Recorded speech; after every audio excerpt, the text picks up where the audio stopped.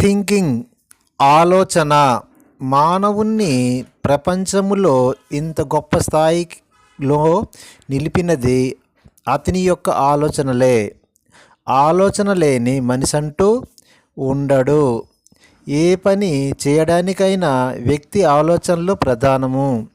ఆలోచనలే లేకపోతే మనిషి జీవితము యాంత్రికంగా తయారై సమస్యలు పరిష్కరించుకోలేక సర్దుబాటు లోపించి తనలో పాఠభావాలు సామర్థ్యాలు పాడైపోయే ప్రమాదం ఉంది. వ్యక్తి అభ్యసన ప్రక్రియలో ఆలోచనకు అధిక ప్రాధాన్యత ఉంది. అభ్యసనలో అనుభవాలను మిళితము చేసుకోవడం, వాటిని జ్ఞప్తిం యందుంచుకొని అవసరమైన సందర్భములలో సందర్భానుసారంగా వినియోగించుకోవడమే వంటి వాటిని ఆ ఆలోచన శక్తి ఎంతైనా అవసరము. నిర్వచనాలు. డెఫినేషన్. ఆలోచన అనేది ఒక మానసిక చర్య. ఇది ఒక లక్ష్యం దిశగా సాగుతుంది. స్మృతి చిహ్నాలు, భావనలు, ఊహ రూప ద్వారా జరిగే అంతర్గత సమస్య పరిష్కారాన్ని ఆలోచన అంటారు. పరస్పర సంబంధం గల భావాల ఫలితము ఒక లక్ష్యము వైపునకు నిర్దేశింప చేయనదే ఆలోచన. వాలెంటైన్. సమస్య పరిష్కారము కొరకు చేయు ఆ వ్యక్తి పరివర్తనయే ఆలోచన. మోహసిన్ అను శాస్త్రవేత్త అభిప్రాయము. హెన్రీ గారెట్ మహాసాని అభిప్రాయము ప్రకారం మనిషిలో ఆ వ్యక్తి మరియు ఆంతరికమైన ప్రవర్తనలే ప్రక్రియయే ఆలోచన. ఆలోచన ప్రక్రియ. Thinking process.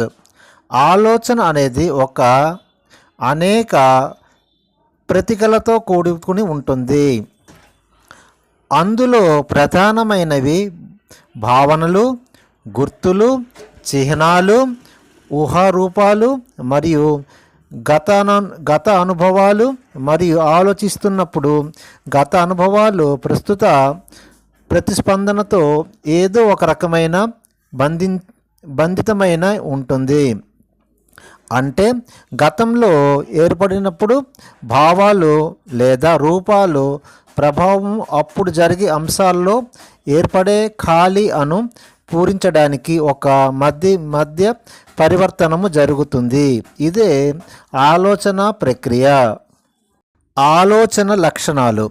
ఆలోచన అనని జ్ఞాన సంబంధమైన ఒక మానసిక చర్య. ఒక ఫలిత సాధనకు నిర్దేశింపబడిన ఒక ప్రక్రియ. ఆలోచన అనేది సమస్య పరిష్కార పరివర్తనను కలిగి ఉంటుంది. ఆలోచనలో శారీరక అన్వేషణ కంటే మానసిక అన్వేషణే కీలకంగా ఉంటుంది. ఆలోచన తరచుగా మార్పులు జరుగుతూ ఉంటాయి. ఆలోచనలు బయటకు కనిపించవు. అవి మానసిక సంభాషణకు రూపం ఉంటాయి. ఆలోచన రకాలు. డెకార్డ్ మహాశయుడు మానవ మనుగడకు మూలము మన ఆలోచనలే అని పేర్కొన్నాడు.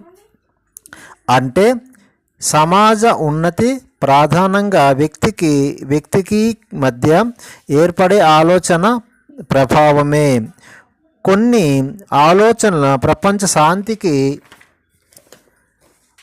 విశ్వ కళ్యాణానికి దోహదం చేస్తే మరికొన్ని వినాశానికి, విఘాటానికి కారణమయ్యాయి. అందువల్ల మనలో ఆలోచన ఎన్ని రకాలో పరిశీలిద్దాం. మూర్త లేక ప్రత్యక్ష ఆలోచన.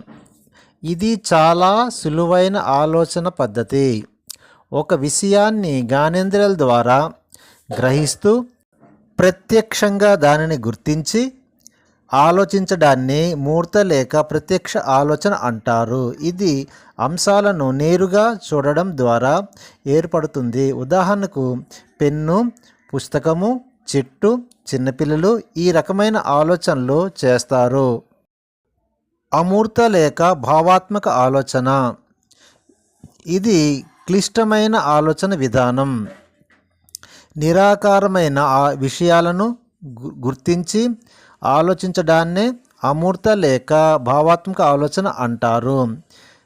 తెలియని వాటి గురించి తెలుసుకోవడం, కొత్త విషయాలు కనుక్కోవడం, ఉత్సుకత రేకెత్తించడం దీనిలోనే కీలకమైన అంశాలు. ఉదాహరణకు శాస్త్రవేత్తలు, కవులు, వేదాంతులు ఈ రకమైన ఆలోచనలు చేస్తారు.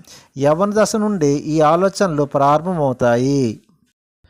సమైక్య ఆలోచన అందుబాటులో ఉన్న సమాచారము, పుస్తక జ్ఞానాన్ని ఉపయోగించుకొని ఒక లక్ష్యము వైపుగా పరిష్కారము సూచించడాన్ని చేయు ఆలోచనే సమైక్య ఆలోచన. ఈ రకమైన ఆలోచనలో సృజనాత్మకతకు అవకాశం ఉండదు.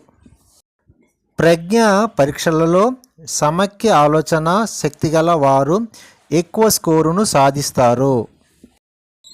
విభిన్న ఆలోచన ఒక విషయాన్ని అన్ని కోణాల నుంచి రకరకాలుగా పరిశీలిస్తూ ఒక కొత్త ఒరవడిని సృష్టించే వాటిని విభిన్న ఆలోచనలు అంటారు. అంటే సమస్యకు ఒక పరిష్కారమే కాక సమాన ప్రాధాన్యత కాల అనేక సమస్యలు మార్గాలు సూచించడమే. ఈ రకమైన ఆలోచనలో సహజత్వము ఎక్కువగా కనిపిస్తుంది. సృజనాత్మక పరీక్షల్లో విభిన్న ఆలోచన శక్తి గల వారు ఎక్కువ స్కోరు సాధిస్తారు. ఊహా ఆలోచన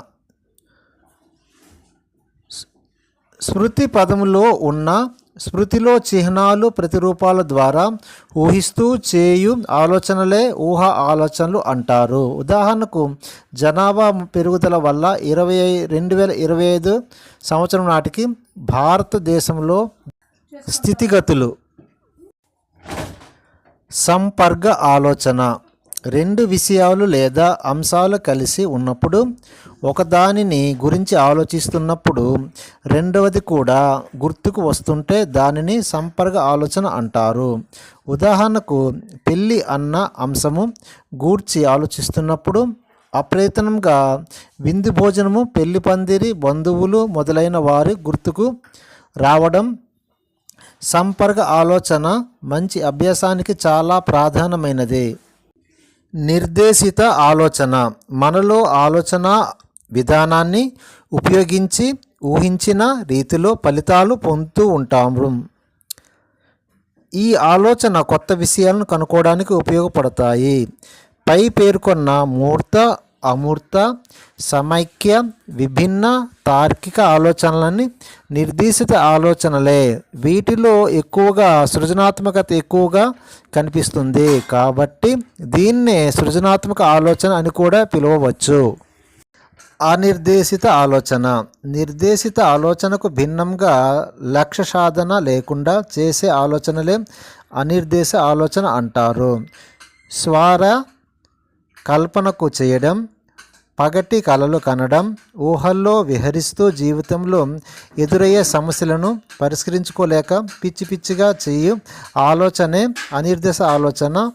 వీటినే స్వర ఆలోచన అని కూడా అంటారు. కౌమార దశలో ఇలాంటి ఆలోచనలు ఎక్కువగా వస్తాయి.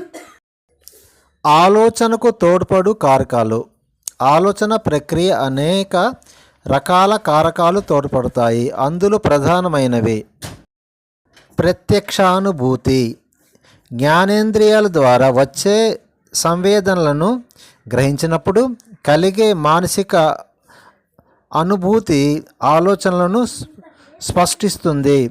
ఈ అనుభూతి లేకపోతే ఆలోచన ప్రతిమలు రూపంలో ఉంటాయి. అంటే విషయాన్ని ఒకసారి అనుభూతి చెందినప్పుడు అది మనసులో మెదడుతూ ఉంటుంది. ప్రతిమలు మనము ఇంద్రియాల ద్వారా పొందిన అంశాలు, స్మృతి చిహ్నాలు ఏర్పడతాయి. వాటిని ప్రతిమలు అంటారు. ఈ ప్రతిమలు నిజమైన వస్తువులు, అనుభవాలు, చర్యలను ప్రతీకాలుగా ఉంటాయి. ఇవి ఆలోచనకు చాలా అవసరమవుతాయి. భావనలు ఆలోచనలో ప్రతిమలు అమూర్తి భావాలు ఉంటాయి. అంటే ఒక వస్తువును చూసినప్పుడు దాని లక్షణాలను చెందిన భావాలు మనసులో ఏర్పడతాయి. దీనివల్ల ఆలోచన ప్రక్రియ సమతులమవుతుంది. గుర్తులు, సంకేతాలు మనకు పరిచయమైన స్మృతిలోన ఉన్న గుర్తులు, సంకేతాలు ఆలోచనలను ప్రభావితము చేయుననిగా ఉంటాయి. ఉదాహరణకి అనేక రకాల రంగులు ఉన్నాయని తెలిసిన ఎర్ర రంగు, పచ్చ రంగు ట్రాఫిక్ సిగ్నల్గా వాడుతామనేది గుర్తు. భాష, లాంగ్వేజ్ ఆలోచనలను ప్రభావితం చేయు కారకాలలో భాష ప్రధానమైనది. భాష లేనిదే ఆలోచన ప్రక్రియ జరగదు. చదివేటప్పుడు, వ్రాసేటప్పుడు, విన్నప్పుడు మన మనసు పరాపర విధాలు ఆలోచిస్తూ ఉంటుంది. అందువల్ల పుస్తకాలు ఎక్కువగా చదివేటప్పుడు ఆలోచన ప్రక్రియ చాలా ఎక్కువగా ఉంటుంది. ఆలోచన అనుకూల పరిస్థితులు ఆలోచనకు అభిరుచి, అవధానం చాలా ముఖ్యమైనది. ఆలోచనకు ప్రేరణ చాలా అవసరం. వ్యక్తిలో చురుకుదనం ఆలోచనకు సహకరిస్తాయి. భాషా జ్ఞానము, జ్ఞాన అవగాహన ఆలోచన వికాసానికి తోడ్పడతాయి. భిన్న సాంప్రదాయాలు, భిన్న సంస్కృతి, వివిధ అలవాట్లు ఉన్న ప్రజలు పరిచయమైనప్పుడు ఆలోచన శైలి సక్రమంగా ఉంటుంది. తరగతి గదికి అన్వయము విద్యార్థులు వయస్సు స్థాయికి తగ్గట్టు కొన్ని సమస్యలను ఇచ్చి ఆలోచన చేయమనాలి.